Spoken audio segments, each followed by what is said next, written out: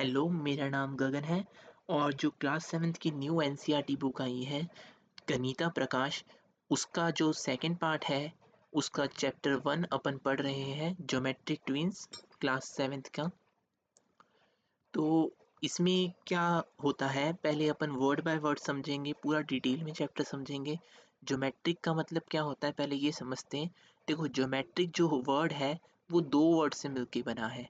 एक वर्ड है जियो, एक है मैट्रिक। तो जियो का मतलब होता है अर्थ, है ना। जैसे अपन ज्योग्राफी भी पढ़ते हैं, ज्योग्राफी पढ़ते हैं ना, ज्योग्राफी।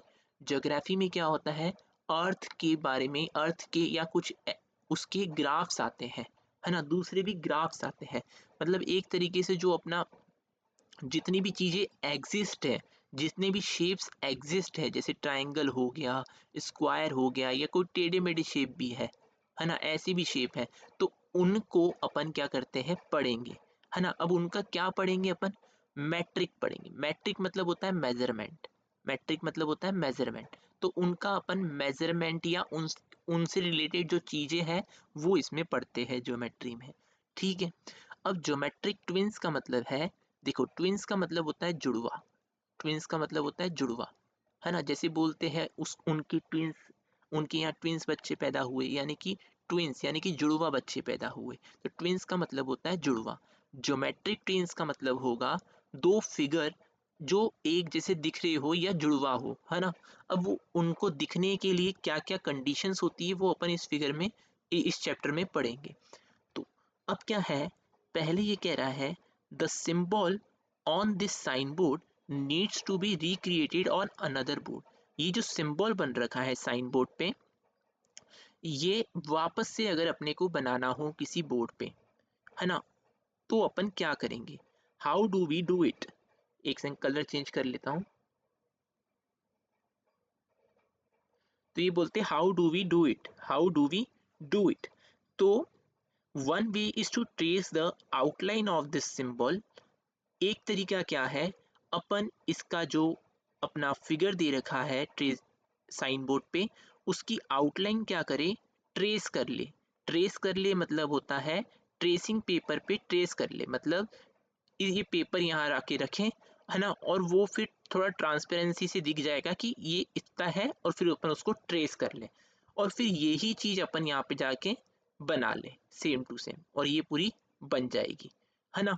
लेकिन इसमें क्या है, इसमें but this is difficult for big symbols. अगर कोई बड़ा सिंबल बनाने की जरूरत पड़े, तो उस टाइम ये क्या होगा, डिफिकल्ट होगा, है ना। तो वो अपन इस तरीके से नहीं कर सकते हैं। So what else can be do, so अपन इसके अलावा क्या कर सकते हैं, can we take some measurements that would allow us to exactly recreate this figure. क्या अपन कोई मेजरमेंट ले सकते हैं जो अपने को अलाउ कर दे इस फिगर को एग्जैक्टली रिक्रिएट करने के लिए, है ना। तो अपन बोलते हैं, अपन क्या करेंगे, अपन क्या करते हैं, ये जो अपना ये फिगर था, इसको अपन ने मान के चलो यहाँ पे ड्रॉ करा, और उनको अपन ने क्या दे दिए, नाम दे दिए। ये फिगर यहाँ ड्रॉ करा, उनको नाम दे दी, और उनके जो कॉर्नर्स थे उनको नाम दे दिया A B C, ठीक है। अब अपन क्या बोल रहे हैं, अगर मैं इन, ये देखो जो एंगल है, इसको एंगल बोलते हैं। तो जो एंगल की ये दो लाइंस होती है, इनको अपन बोलते हैं आर्म्स ऑफ एंगल। क्या बोलते हैं, आर्म्स बोलते हैं। क्या बोलते हैं, आर्म्स। आर्म्स मतलब हाथ, ये एंगल्स की क्या है ना, जिससे ये फॉर्म हो रहा है। तो अब अपन बोल रहे हैं, अगर मैं इसके दो हाथों की, दोनों आर्म्स की क्या करूं, लेंथ नाप लूं, ए बी की और बी सी की लेंथ नाप लूं कि कितनी है। मान के चलो ए बी 4 सेंटीमीटर आया, और बी सी मेरा 8 सेंटीमीटर आया, ठीक है। तो फिर मैंने बोला, अगर मैं ये नाप लूं और फिर मैं इसको बनाने की कोशिश करूं दूसरे बोर्ड पे, कि मेरा एक लाइन है जिसकी 4 सेंटीमीटर ए बी है ना, और 8 सेंटीमीटर वो है, तो क्या वो बन जाएगा क्या, नहीं। हो सकता है वो पहली बार में बन भी जाए, नहीं भी बने। क्यों नहीं बनेगा, देखो, नापा तो मैंने सही है, ये 4 है, ये 8 है। स्केल से नापना, इसे मान के चलो ये 4 है, इधर 4 बना देना, और एक 8 लाइन की इधर खींच देना, तो ये सेम तो नहीं लग रहा है। अगर मैं ऐसा बनाता, 4 है, 8 है, ऐसे बन सकता है ना। तो मतलब अपना सिर्फ लेंथ से एक से ज़्यादा फिगर बन रहे हैं, तो अपने को एग्जैक्टली फिगर जो चाहिए हमेशा वो फिगर नहीं बनेगा। हो सकता है कोई बच्चा ऐसा बना भी दे, हो सकता है कोई बच्चा ऐसा बनाए, कोई बच्चा ऐसा बनाए। तो अभी ये क्या कह रहे हैं, are the arms length A B and B C sufficient to exactly recreate this figure. जो आर्म्स है क्या वो सफिशेंट है, उनकी लेंथ पता पता करके अगर अपन उनकी लेंथ पता करते हैं तो क्या ये सफिशेंट है कि अपन उसको रिक्रिएट कर सकें। तो अपन ने देखा ये सफिशेंट नहीं है ना, सफिशेंट नहीं है। तो ये क्या बोल रहे हैं, जैसे इन्होंने भी बोला, suppose this length are A B 4 centimetre, B C equals to 8 centimetre, we observe that several such symbol, मतलब ऐसे बहुत सारे सिंबल बन सकते हैं जिनकी लेंथ क्या हो, ए बी की 4 हो, बी सी की 8 हो, है ना, can be constructed with the same length. जैसे ये बन रहे हैं, ये भी 4 है, ये भी 4 है, ये भी 4 है, ये भी 4 है, ये 8 है, ये 8 है, ये 8 है, ये 8 है, लेकिन चारों के जो शेप है वो अलग अलग है ना। तो अपन बोल रहे हैं सिर्फ आर्म्स की लेंथ से अपन नहीं बना सकते, तो अपने को कुछ और भी चीज चाहिए रहेगी। अगर अपन इन में देख ले कि वो चीज क्या है, जैसे इनमें सब में कुछ चीज अलग अलग है जिस कारण ये फिगर्स अलग अलग दिख रहे हैं, अपन वो चीज नोटिस कर ले। अगर जैसे अगर मैं देखूं साइड तो सबकी सेम है, लेकिन अगर मैं एंगल देखूं तो इसका एंगल इतना है, इसका एंगल इससे थोड़ा छोटा है, इसका उससे भी छोटा है, इसका सबसे बड़ा एंगल है।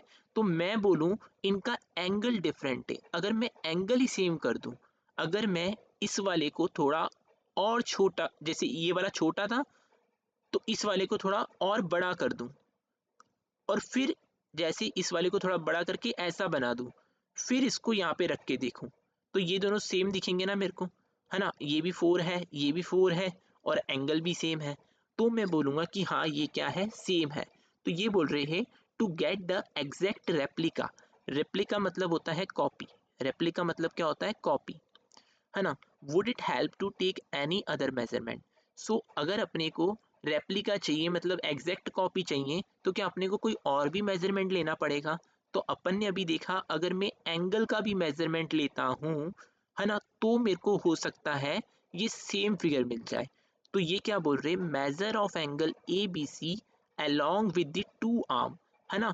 अब ऐसा नहीं सिर्फ मैं एंगल का मेजर ले लूँ, कि जैसे कोई बोले कि भाई एक मैंने ये बनाया, दो ये है और एक ये है ना। कोई बोलते दो ये है एक ये है, एंगल इसका इतना ही है जितना इसका है, तो क्या ये सेम बनेंगे, क्या नहीं बनेंगे ना। तो इन्होंने बोला एंगल भी सेम होना चाहिए, अलोंग मतलब उसके साथ दो आर्म्स की लेंथ भी अगर अपन सेम रखें, है ना, तो अपन क्या पा रहे हैं, फिक्स शेप पा रहे हैं, साइज भी फिक्स पा रहे हैं। जिनका शेप और साइज फिक्स होता है, ऐसे फिगर्स को अपन क्या कहते हैं, कॉन्ग्रुएंट फिगर कहते हैं। क्या कहते हैं, कॉन्ग्रुएंट फिगर कहते हैं, जिनका शेप और साइज क्या होता है, सेम होता है ना। तो अपन क्या बोल देंगे, अगर कोई कॉन्ग्रुएंट फिगर अपने को पाना है तो अपन उसका शेप और साइज सेम रखना पड़ता है। अभी इस वाले में अपन ने क्या देखा, अगर इसकी लेंथ और एंगल अपन ने सेम रखी तो अपने को एक कॉन्ग्रुएंट फिगर इसका मिल रहा है। ठीक है, नाउ अब ये क्या कह रहे हैं, can you draw the symbol if it is not that A B equals to 4, B C equals to 8 and angle A B C equals to 80। लेकिन अगर इन्होंने मेरे को बोला ए बी आप 4 लो, ए बी मैंने 4 ले लिया मान के चलो, बी सी 8 ले लिया, और उनके बीच का एंगल भी एक रेस्ट्रिक्शन हो गया कि वो 80 डिग्री ही होगा, वो ना इससे बढ़ सकता है ना इससे कम हो सकता है। तो मेरे पास ये एक लौता ही फिगर बनेगा, इसके अलावा कोई फिगर नहीं बन सकता। हो सकता है इसी को अपन थोड़ा टेढ़ा करके बना दे, ऐसा करके बना दे, ये भी 80 डिग्री है, 4 है, 8 है। अगर लेकिन मैं है ना, लेकिन है ये एक ही फिगर, सेम शेप है, सेम साइज है, तो एक ही फिगर बन रहा है ऐसा। अब ये क्या बोल रहे हैं, this three measurement can help us create an exact replica. तो ये जो 3 मेजरमेंट हुए हैं, लाइंस दोनों और एंगल, है ना, ये अपने को एग्जैक्ट रेप्लिका बनाने में हेल्प कर रहा है of the symbol on the sign board. Figures that are exact copies of each other और have the same shape and size. तो ऐसे फिगर जिनका शेप और साइज सेम होता है उन फिगर्स को अपन क्या कहते हैं, कॉन्ग्रुएंट कहते हैं। ये मोस्ट प्रोबेबली कि 1 मार्क्स में पूछा जाता है कि जिनका कॉन्ग्रुएंट फिगर क्या होते हैं, तो अपन क्या बोलेंगे, जिनका शेप और साइज क्या होता है, सेम होता है। जिनका शेप और साइज क्या होता है, सेम होता है, ऐसे फिगर्स को अपन कॉन्ग्रुएंट कहते हैं। या एग्जैक्ट कॉपीज होती है एक दूसरे की, तो उनको अपन क्या कहते हैं, कॉन्ग्रुएंट कहते हैं। अब इन्होंने अपने को एक एग्जाम्पल दे रखा है। इन्होंने बोला कि जो ये वाला फिगर है इसको मैं नाम दे देता हूँ, मान के चलो ए, और ये जो इसके नीचे फिगर है इसको मैं नाम दे देता हूँ बी। इन्होंने अपने से बोला कि ये ए को अगर मैं, ये है वर्टिकल अभी, लेकिन अगर मैं इसको इसके ऊपर रखने की कोशिश करूंगा, जैसे ये मान के चलो ए है ऊपर वाला, इसको मैंने इसके ऊपर रखने की कोशिश करी, तो ये पूरा इसके ऊपर क्या हो रहा है, फिट हो रहा है। तो अगर ये इसके ऊपर पूरा फिट हो रहा है तो मैं बोल दूंगा कि ये इसका क्या है, एग्जैक्ट कॉपी है। एग्जैक्ट कॉपी है मतलब ये इसके क्या है, कॉन्ग्रुएंट है। ठीक है, तो अब एक और एग्जांपल दिया इन्होंने, two congruent figures are shown below. दो कॉन्ग्रुएंट फिगर बता रखे हैं। You could use a tracing paper, आप ट्रेसिंग पेपर यूज कर सकते हैं to trace the first figure and superimpose it on the second one. ठीक है, तो अब क्या बोल रहे हैं ये, जैसे यहाँ पर भी बोल रखा था congruent figure can be super imposed exactly one over the other. जो कॉन्ग्रुएंट फिगर होते हैं वो एक दूसरे के ऊपर सुपर इम्पोज्ड हो जाते हैं। सुपर इम्पोज्ड होने का मतलब है कि एक दूसरे के ऊपर एग्जैक्टली फिट हो जाते हैं। ऐसा नहीं होता जैसे मैंने यहाँ पे एक ट्राइंगल बनाया और एक ट्राइंगल ये बनाया, तो अगर मैं ये ट्राइंगल को इस ट्राइंगल के ऊपर रखूं तो ये इसके ऊपर एग्जैक्टली फिट नहीं हो रहा है ना। एग्जैक्टली फिट होने का मतलब कि एक ट्राइंगल ये है, एक ये है, अब इसको इसके ऊपर रखूंगा तो ये इसके ऊपर एग्जैक्टली इसके ऊपर ही ओवरलैप कर रहा है ना। तो मैं उसको एग्जैक्टली फिट बोलूंगा। तो ये होता है सुपर इम्पोज का मतलब। नाउ अब इन्होंने क्या बोला, you will find that they fit exactly one over the other. ये दोनों क्या है, एक दूसरे के ऊपर क्या हो रहे हैं, एग्जैक्टली फिट होंगे, है ना। तो अब क्या बोल रहा है कि नोट दैट वाइल चेकिंग, जब अपन कॉन्ग्रुएंसी चेक करते हैं, कॉन्ग्रुएंसी चेक करने का मतलब कि ये वाला इसके कॉन्ग्रुएंट है या नहीं है, ये वाला इसकी एग्जैक्ट कॉपी है या नहीं है, तो अपन क्या कर सकते हैं, a figure can be rotated और फ्लिप्ड। रोटेटेड कर सकते हैं या फ्लिप कर सकते हैं फिगर को, before super imposing it on the other figure. Super imposing का मतलब है उसके ऊपर पूरा रखना, है ना। एक के ऊपर एक अगर वो आ रहा है उसके ऊपर रख के देख रहे हैं अपन, तो उसके ऊपर रखने से पहले अपन क्या कर सकते हैं, उसको रोटेट कर सकते हैं या उसको फ्लिप कर सकते हैं और फिर उसके ऊपर रख के देखेंगे।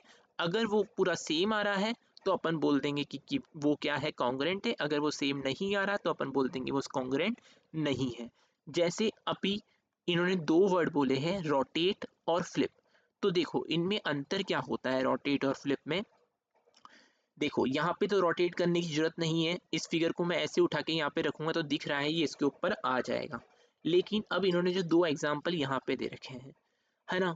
अब इन दो एग्जाम्पल्स को अगर अपन देखेंगे तो है क्या कि अगर मैं इस वाले फिगर को यूं रोटेट कर दूं, पूरा इसको यूं रोटेट कर दूं, ये वाली जो लेंथ है, जैसे मैं इसको नाम देता हूं ए बी, अगर मैं ए को उठा के यहाँ पे लिया हूँ, ए को उठा के यहाँ पे लिया हूँ, है ना, तो ये कुछ ऐसा बनेगा, ऐसा हो जाएगा। ठीक है, और बी यहाँ पर था और ये जो सी था ये ऊपर चला जाएगा। ठीक है, तो मैं क्या बोलूँगा कि हाँ ये इसकी एग्जैक्ट कॉपी हो रही है। लेकिन एग्जैक्ट कॉपी करने के लिए मैंने क्या करा, इसको रोटेट करा, रोटेट करा, फिर उस पर सुपर रख के देखा, अगर वो एग्जैक्ट कॉपी उसके ऊपर आ रही है तो मैंने बोल दिया ये दोनों फिगर कैसे हैं, कॉन्ग्रुएंट है। अब देखो इस वाले केस में क्या है, इसमें रोटेट करने की जरूरत नहीं है। इसमें क्या करना है, इसमें अपन अगर मान के चलो ये बीच में मिरर है, तो यहाँ पर अगर मैंने ये कुछ रखा ऐसा, तो सेम टू सेम मेरे को इसकी इमेज ऐसी ही दिखेगी ना जैसी यहाँ पे दे रखी है इन्होंने, है ना। ये मिरर इमेज हो जाएगी, एम आई मतलब मिरर इमेज हो जाएगी। ये रियल ऑब्जेक्ट था अपना, तो उसकी मिरर इमेज ऐसी दिख रही है। जो मिरर इमेज होती है उसी का मतलब होता है फ्लिप। फ्लिप मतलब क्या होता है, रिफ्लेक्शन या मिरर इमेज। ठीक है, फ्लिप मतलब क्या होता है, रिफ्लेक्शन या मिरर इमेज, है ना। अपन ने पूरे इसको ही क्या करा, पलट दिया, एक तरीके से पूरे के पूरे को पलट दिया। लेकिन यहाँ पे क्या करा अपन ने, एक पॉइंट लिया, उस पॉइंट के अलोंग इसको रोटेट कर दिया। समझ आ रहा है डिफरेंस क्या है। अब अपन आगे देखते हैं। Let us get back to the symbol we saw on the sign board. Suppose there are two such symbols that look identical and we need to confirm that they are indeed congruent।